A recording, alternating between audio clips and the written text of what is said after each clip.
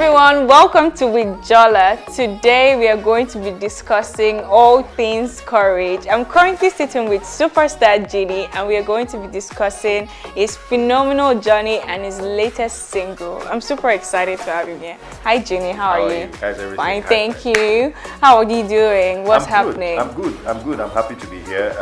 Currently on my media rounds, making my media rounds.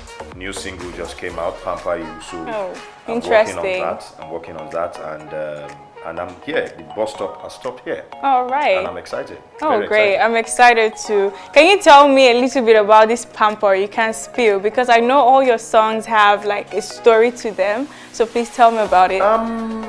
Pamper You is a typical love song. Everyone has always known me to make love songs. I believe you can't go wrong with love songs. It's the easiest song to make, in my opinion. I believe in the idea of love and all that. And I do too. Yes, so basically that's where Pamper You came from. I just needed to write a song that just spoke about, just wanted to take care of someone. Okay. You know, and Pamper You came to mind. I like the title, it's catchy, and I think the world will like it. Okay. Please tell me about your song, Yeah, I think that's the current one now. Stay, the one before Pamper You. Yes. Stay. Funny enough, Stay has a very deep story around it. So when I wrote Stay, it was that's the first verse and the chorus. It was a typical love song. And talking about courage, on the night of my accident, that was the song I was recording. Oh wow! So I was recording it. I recorded just the verse and the chorus, and then the accident happened. Wow! And then I had to. If you check my Instagram, you probably will see it there, where I had to record the second verse and chorus in crutches. Wow. So it's been, the song is, so it took a different meaning from just being a love song to a song that talks about the unconditional nature of love. I've always, when it comes to love, a lot of people are very conditional when it comes. I believe in the unconditional nature of love. I believe that love is not perfect. I believe that love is difficult. I believe that love has to do with love sacrifice. Yes, I agree. Yeah, so Stay, during that period of my life, I was not who you're saying now. I was the direct opposite. So if anybody claimed they loved me then, they loved me before that period. Yes. Would you really still love me during that, where I'm not the guy you're saying now? So Stay is saying, I would love you past your flaws and your mistakes and everything. So it's talking about loving someone beyond the person's fallibility. Yeah. If you understand what I'm saying. That's so basically interesting. that's the whole idea to Stay. Oh my God, Ginny, you sound like a very deep person. Gosh, you love love, and I do too, actually. Yeah, we all love love. Everybody loves love. Anyways, I wanted to ask you about your accident and how you got through that. I know it was quite a phase for you. Yeah, so I'm sure they want to know as well. It was a harrowing experience. I won't wish it on my enemy. Yeah. I slept off. It was my body had been warning me like 3 weeks before then. I know a couple of times I nodded and I got back in. I was really running my body into the ground that period. Wow. And I'm the kind of person that when I have stuff to do in a day, I have a list of stuff. I must do everything. Doesn't matter how long it takes me or how hard it takes me. I have like to-do list every day. Wow. So that day I had a list of stuff. In fact, when I was recording, I remember my producers telling me, Eugenie, there's something wrong. You sure you don't want to rest? And I was like, no, let's just finish. I need to get back to do stuff. I have other stuff to do. So they told me, Ginny, you need to sleep. So that day I'd even performed. I had a live band, I had performed, and then I was heading home at midnight. And then I had made the turn, some turns. And when I got to the express, that was the last I remembered. So, wow. So I remember that night, it was horrible. And I know, I'll try not to sound political, but everything wrong with this country stared me in the face that night. Everything wrong. Okay, you know what, Ginny, we are going to talk about Nigeria another time because I know there's a lot to touch on that topic. Yeah. Besides that, I'm very interested in knowing how you somehow just got out of that phase you were in. What gave you that courage? What inspired you? Yeah. I just think naturally, I'm someone that fears failure. So I just saw that incident as, oh, this is failure staring me in the Yes. face. So it's either I rise out of it, or I said I sink or swim, So it was a case of, you know what, I'm going to swim. Yes. I'm going to fight this. I'm going to. I just felt everything was wrong, and I'm a fighter. Naturally, I'm a fighter. In fact, I was going to. If I wasn't doing music, I probably would have been a boxer. Oh wow! I love, I love sports. I love anything physical. So for me, it was, oh, this is another test, and I love tests. I don't run away from tests. And that's what I'll tell anybody any day. Don't run away from tests. Tests are good. You understand? And I just knew I had to fight this and that one I have to fight. And at a point, it was funny to me because like, so you mean I can't move? I can't pee? I can't do this? So for me, everything, I always try to find the fun and I know there's a lot of pain. But you want to find the positive part. The positive, part of it. I was like, okay.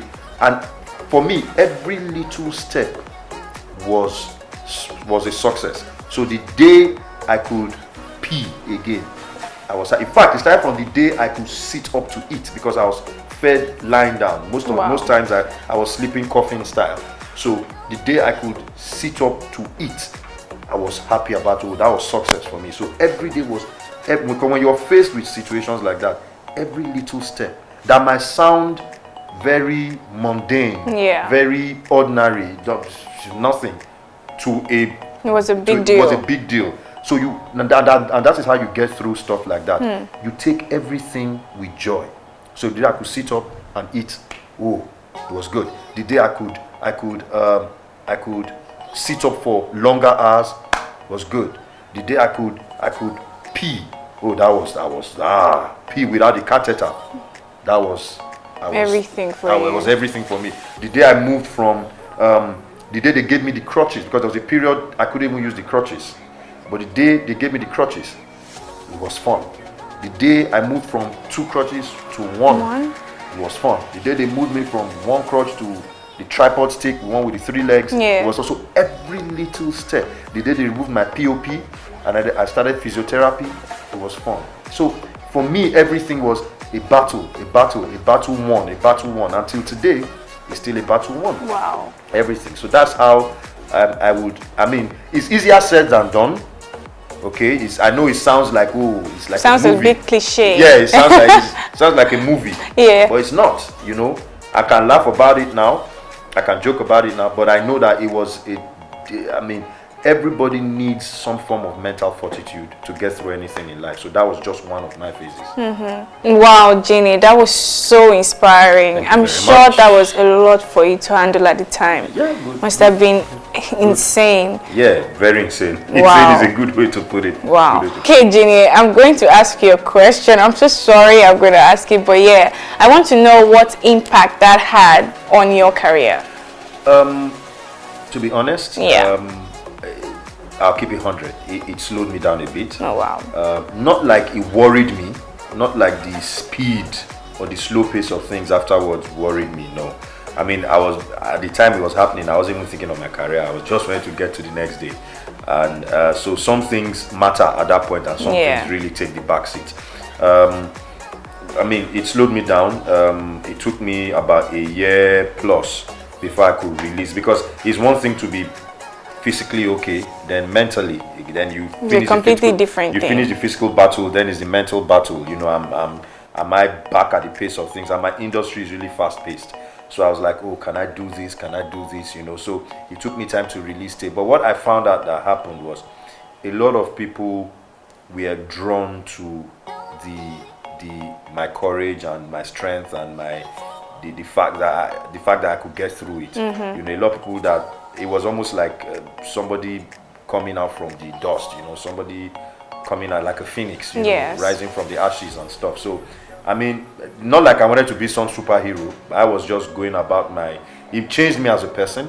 So my approach to my colleagues, my conversations with my colleagues was different. It made me, I'm a happy-go-lucky guy now. I really don't bother much about stuff. Because for me, I know it's like this is gone. Yes.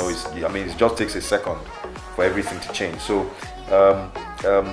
whether my career is slower now or faster now really doesn't matter to me. But I believe I'm where I'm supposed to be. What happened was supposed to happen. It was somewhere in my destiny. God wanted me to come out of it.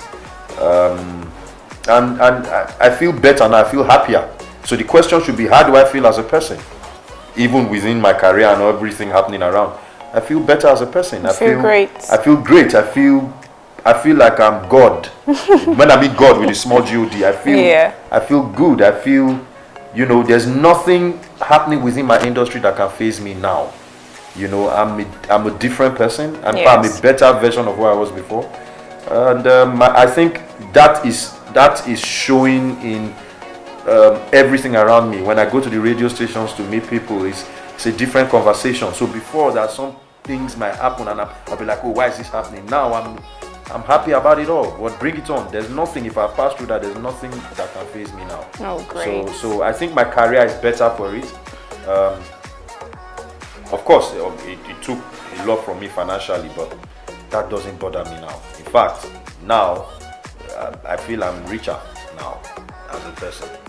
You understand? I'm wealthier now as a person, as a human being. So and I'm happy I'm making music. I'm happy to make the music. I'm grateful to make the music. I think that's the word. Grateful. I'm grateful to make the music, because some things we take for granted. We take the cameras, we take the lights, we take the jobs we're doing for granted. And sometimes when you pass through those things, some things matter to you more. Exactly. So it's no more about the hair or the lashes anymore. You understand now? You understand now? Yeah, I understand you, yes, so I do. So basically. Wow, that was amazing. I feel like I can go out there and do absolutely everything now. Superwoman. Yes, I am. I think I am. I was inspired. Thank you very much. Okay, now let's talk about Pamper You, your latest single. Yes, that's my latest money maker. Wow. That's how we look at work now. We're like Igbo men and market container. Yes, so I that's agree. my container now. Pamper You is a song, is more fast paced, and I know you've heard it, and a lot of people love it. It's a song that I wrote. I mean, I think it's for the ladies. The ladies will like it because it's just saying, "Guy, pamper me." So that's basically. I deserve to be pampered. Yes. I think every woman does. Yes. And you know what? Going back to my ordeal, I had more women around me. The women in my family were troopers. No. So for me, it's about pampering. It's about giving back. It's about saying, you know what? I want to make you feel good. You understand? I want to make you feel good. I want to pamper you. So I think women deserve to be pampered. And going back to, if you understand what's happening this year with violence and all that, violence against women and all that, I think Pamper You is just saying, you know what, guys, we need to do better. Women are like eggs, you need to treat them like eggs. Yes. So that's where Pamper You came from. So I think it's a chic anthem. It's a chic anthem. It's like, I'm like doing Beyonce for the ladies.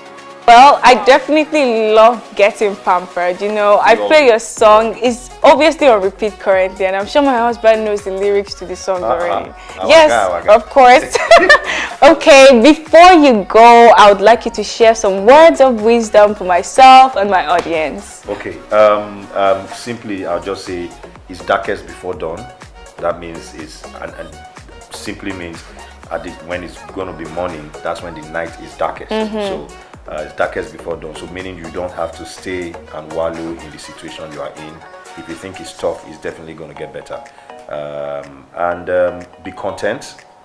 There's a language we say in Benin, meaning somebody else's thing blinds the eye. Be content.